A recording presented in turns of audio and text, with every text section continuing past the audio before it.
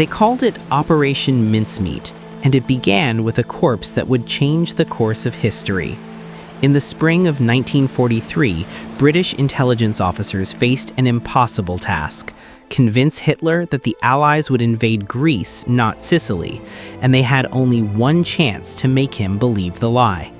What happened next was so bizarre, so meticulously crafted, that even today, historians struggle to separate the documented facts from the legend that grew around one of World War II's most macabre deceptions. The body was that of a homeless man named Glyndwr Michael, who had died in London after ingesting rat poison. His death was tragic, anonymous, forgotten by everyone except two intelligence officers who saw in his corpse an opportunity that could save thousands of Allied lives.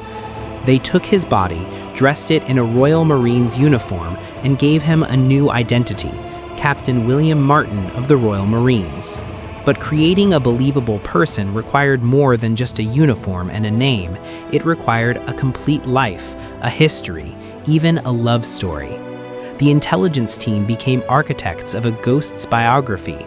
They planted fake letters in Captain Martin's pockets, including a passionate love letter from a fictitious fiancée named Pam, complete with a photograph of a woman who worked in British intelligence. They added theater ticket stubs, a stern letter from his father about an overdraft, and receipts that painted the picture of a young officer living his final days before deployment.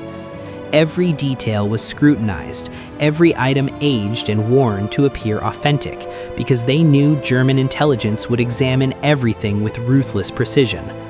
But the centerpiece of this deception was a briefcase chained to the corpse's wrist, containing documents that suggested the Allies were planning to invade Greece and Sardinia, not Sicily. These papers were carefully crafted forgeries, written in the bureaucratic language of military planning, boring enough to seem real, detailed enough to be convincing. The letters were signed by high-ranking officers, and they referenced troop movements, supply chains, and strategic concerns that all pointed away from Sicily, the Allies' true target. On April 30th, 1943, a British submarine surfaced off the coast of Spain near Huelva, a location chosen because Spanish officials there were known to pass information to German intelligence. The crew brought the body up from below, said a brief prayer, and released Captain Martin into the cold Atlantic waters. The tide would do the rest, carrying this messenger of lies toward the Spanish shore, where the elaborate deception would either succeed beyond their wildest hopes or fail catastrophically. Everything now depended on whether the Spanish would find the body, whether they would examine the documents, and whether they would share them with the Germans. Spanish fishermen discovered the body the next morning, and exactly as British intelligence had predicted, the briefcase made its way to German agents operating in Spain. In Berlin, Hitler's intelligence chiefs pored over the documents with intense scrutiny, analyzing the paper, the ink, even the water damage to determine authenticity. The Germans were naturally suspicious. They knew the British were masters of deception, and they searched for any sign that this might be a plant. But the attention to detail was so perfect, the personal effects so convincingly mundane, that even the most paranoid German analysts began to believe that Captain Martin was exactly who he appeared to be. Hitler himself reviewed the intelligence and made a decision that would prove catastrophic for Germany. He ordered his forces to reinforce Greece and Sardinia, pulling troops and resources away from Sicily, just as the Allies were preparing their invasion.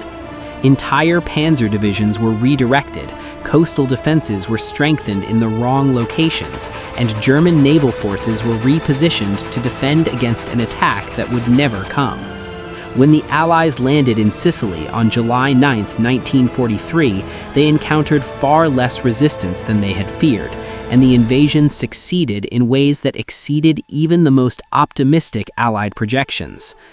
The success of Operation Mincemeat remained classified for years after the war ended. The body of Glyndwr Michael was buried in Spain under the name William Martin, and a gravestone marked his resting place with an epitaph that read, "Dulce et decorum est pro patria more." Sweet and fitting it is to die for one's country. But Michael had died alone and forgotten in London. It was the fiction of Captain Martin who had served his country, a ghost who had accomplished what living spies could not. The woman who posed as his fiancée carried the secret for decades, never speaking publicly about the photograph that had helped sell the greatest lie of the war. Years later, when German intelligence files were finally opened, they revealed just how completely the deception had worked.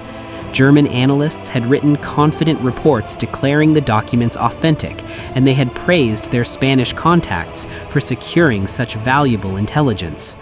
Hitler himself had been so convinced by Captain Martin's papers that he had ignored other intelligence suggesting Sicily was the real target, dismissing it as Allied counter-deception. One corpse, one briefcase, and an elaborate web of fictional details had manipulated the thinking of an entire military command, proving that in war, sometimes the most powerful weapon is not a gun or a bomb, but a carefully constructed lie. The story of the man who never was reminds us that history's turning points sometimes hinge on the strangest circumstances. Somewhere in a Spanish cemetery, a gravestone still marks the spot where a homeless man lies buried under another man's name, honored for a mission he never knew he was undertaking. His death, which seemed meaningless in the moment it occurred, became the foundation for a deception that saved countless lives and changed the trajectory of the war. And in the shadowy world of intelligence and counterintelligence, his legacy endures as a testament to the macabre creativity that desperation can inspire. In the archives of World War II, Operation Mincemeat stands as one of the most successful deception operations ever conceived, a reminder that truth is sometimes stranger and more disturbing than any fiction we could imagine. The next time you hear about a simple wartime story, remember that beneath the surface, there might be layers of deception, misdirection, and secrets that remained buried for generations. The dead, it turns out, can lie more convincingly than the living, and sometimes a well-crafted fiction is more powerful than any truth.